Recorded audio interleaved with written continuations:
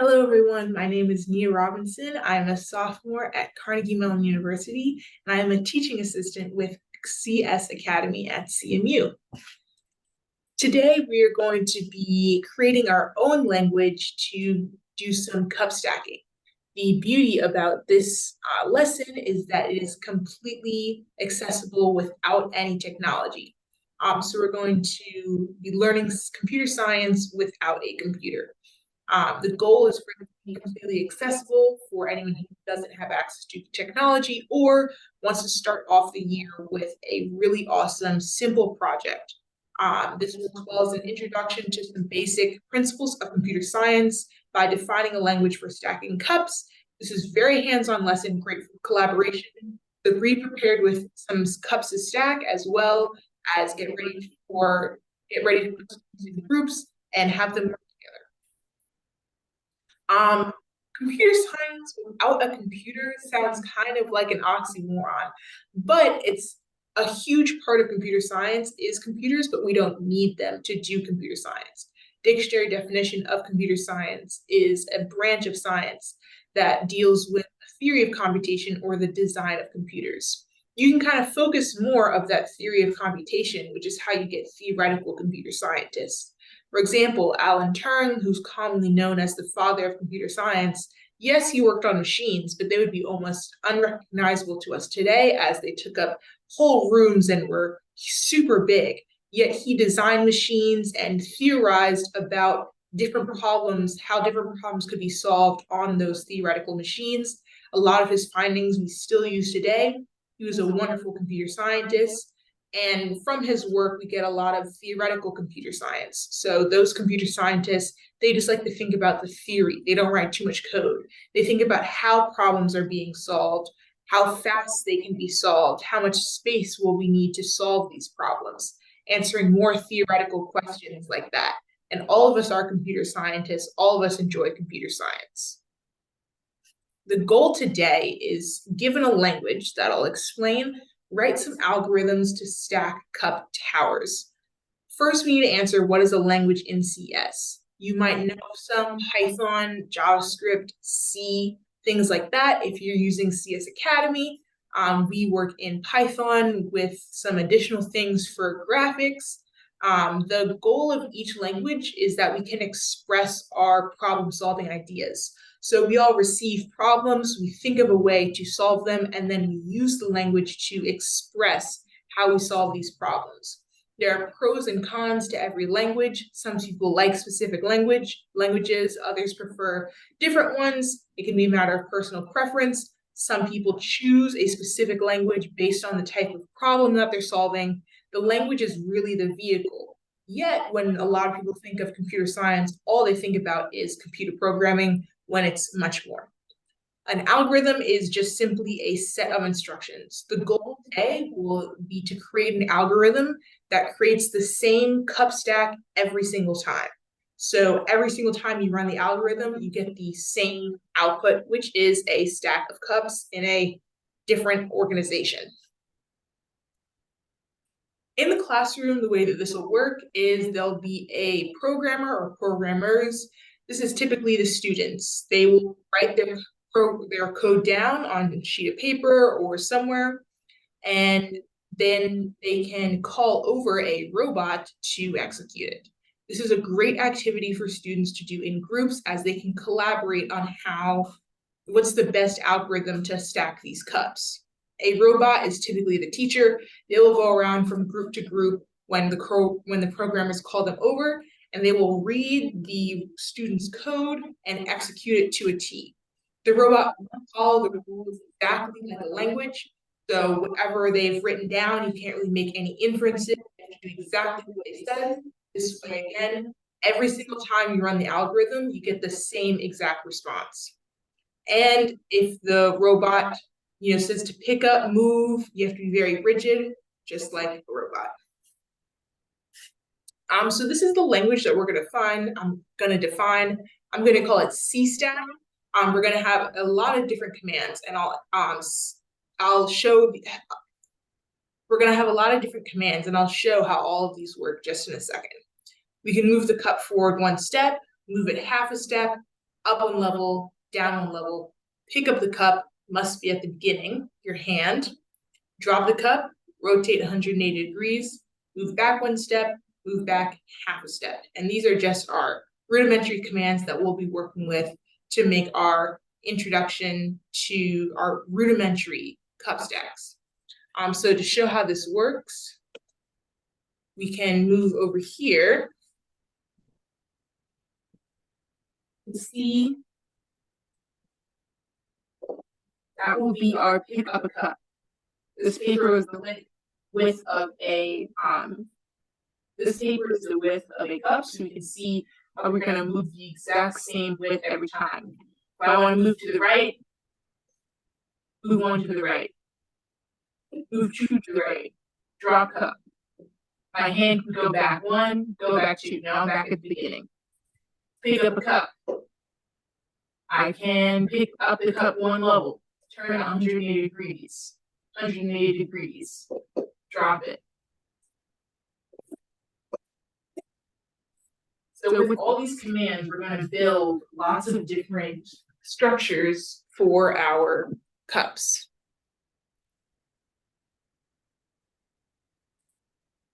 The rules of CStack.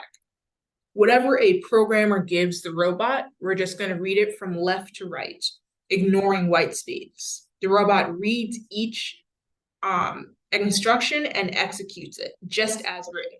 If the requirements of a certain instruction isn't fulfilled, the robot stops execution. For example, in order to pick up a cup, the robot's hand must be at the beginning. So if the robot's hand isn't at the beginning and they read the instruction to pick up a cup, the robot would then stop execution. That might be a good time for the programmers to evaluate what they need to change in their code. This way they don't get this stop. Just to get everything straight, the width of one step is one cup. A level is the height of a cup. You go up and down, and each new cup starts on level 1. This is the first example, just a very basic cup tower, and the code for it is on the right. This is something that you can walk through with your students just to see how this language works, or you can kind of just let them go free and have them figure it out on their own. This is probably one of the most basic cup towers that you could build. So you can see the code over here. I've started each new pickup cup on a new line. Something that students might do is just write all their code in one continuous line, which is why I said avoid white spaces, because that shouldn't change the output. It just might not be very readable. You can encourage them to make their code more readable by using indentation if you see fit, or starting on a new line like I did. And just to execute this code, so you can see, the first thing we're doing is we pick up a cup. Move to the right, move to the right, drop cup, left, left. Notice how I'm back at the beginning. Pick up a cup, move to the right, drop, back to the beginning.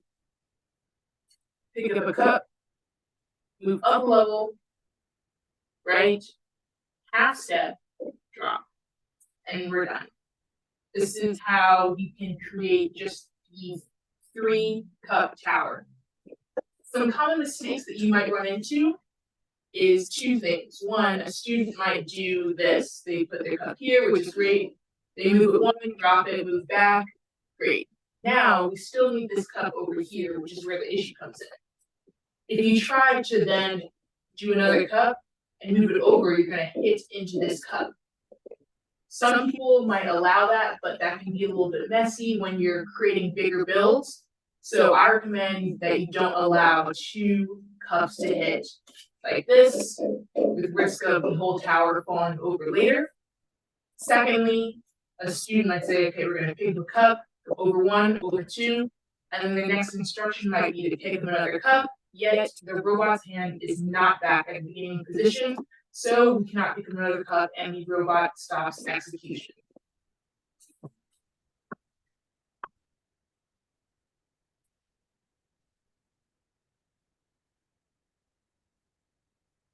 So this is just the code for this first basic example. You can walk through this as a class and show how you as the robot will operate and read this code.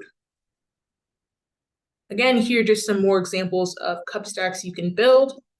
For as we start getting bigger, make sure you're starting with the bottom rightmost cup. This way you don't end up hitting into other cups. We can begin to introduce newer symbols. Here you'll have to use the rotate 180 degrees. Again, just a little bit bigger and even bigger. The thing with this cup stack is you have a lot of cups. For example, this bottom right one is going to take at least 8 moves to place the cup and come back. For each of these cups, that's a lot of code. That's a lot of symbols. So we can introduce something to make sure that we don't have a ton of symbols and we still have a readability factor. This is where we can introduce functions. Functions are such a fundamental part of every language. They allow us some abstraction, and it's a fundamental thing that every student should know coming into computer science. And it would be nice to understand functions before they begin writing code. So notice how this last example, you would need a lot of symbols just to complete it. The goal that we have is to have a shorthand way to write multiple instructions. As well, they can notice in the code for this one, there'll be a lot of repeated instructions. They're just writing to the right, to the right, to the right, to the right, over and over and over again. We don't have to do this. So we'll introduce a function to abstract that away. Let's define our function. We're going to add it to CStack. It's a box. It puts a number here and a symbol here. How it works is you execute whatever symbol is here this number of times. So it takes in 2 arguments, keyword, number, and a symbol. And now you can build even bigger towers with less code. For example, this is how we might use it in the example from before. You can see here, I use the arrow. I use the arrow after the 2 in a box. This way I execute that to move to right 2 times. And again, the left arrow, I execute it 2 times. Here as well is where you'll see some differentiation between students' answers. Some students might not like to use the function, so they write it all out. Sometimes students might use the function at every possible opportunity. For example, in line 2, I could have used the function and just written a 1 in the box instead of a 2. That's an option.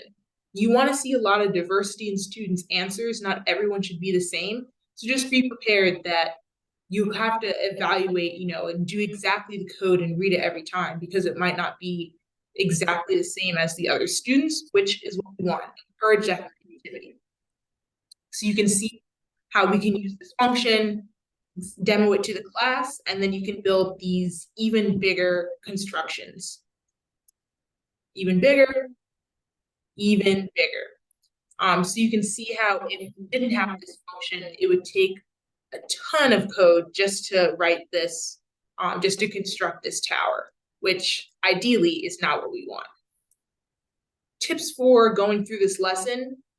This lesson works best when students can collaborate in groups. You can see how it might be fun to just get together and figure out these algorithms, the more complicated cups builds. You can have students, create their own stack of cups and then have other students write the code for it. There are many different ways to encourage collaboration, especially if you do this at the beginning of the semester. Then you can have students get to know one another in what I think is a very accessible project. Secondly, encourage the programmers to test their solution as they go along. For example, the issue of one cup hitting into another, like we talked about earlier, that might be caught if students wrote the first line of their code. They said, hey, the first 2 cups, let's test to make sure that we can place these 2 cups before we move on to the next level. And they would catch their mistakes earlier. That's something that I employ in my programming to this day. You want to test as you go along. Here's a great place to introduce that wonderful habit. Encourage students to copy and paste, meaning that once they build a certain structure, they don't have to start from scratch again. Once you build this beginning structure, it pops up everywhere in the other pieces, in the other constructions. For example, this one, it's just that same structure 3 times. They don't need to start from square one. A lot of computer science, you gotta use what you already know to make bigger and bigger advances. Use that you already know how to make this structure and see what you have to add in order to make this bigger structure. Recognize what subunits of a structure you already have. If you try and start from square zero every time, you can do it, but you won't be using all of the information available to you, which is what we want to do.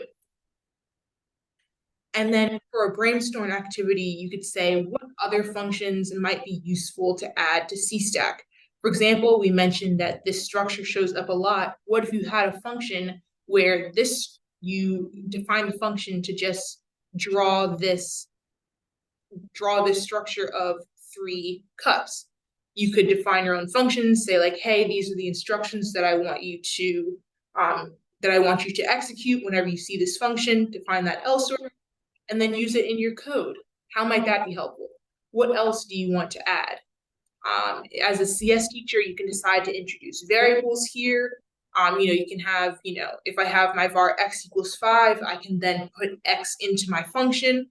Other fundamental things of computer science can be emulated in this lesson without actually needing a computer, which I think is a wonderful advantage. Thank you for watching. I hope this was helpful, and I hope you have a wonderful CSEd week.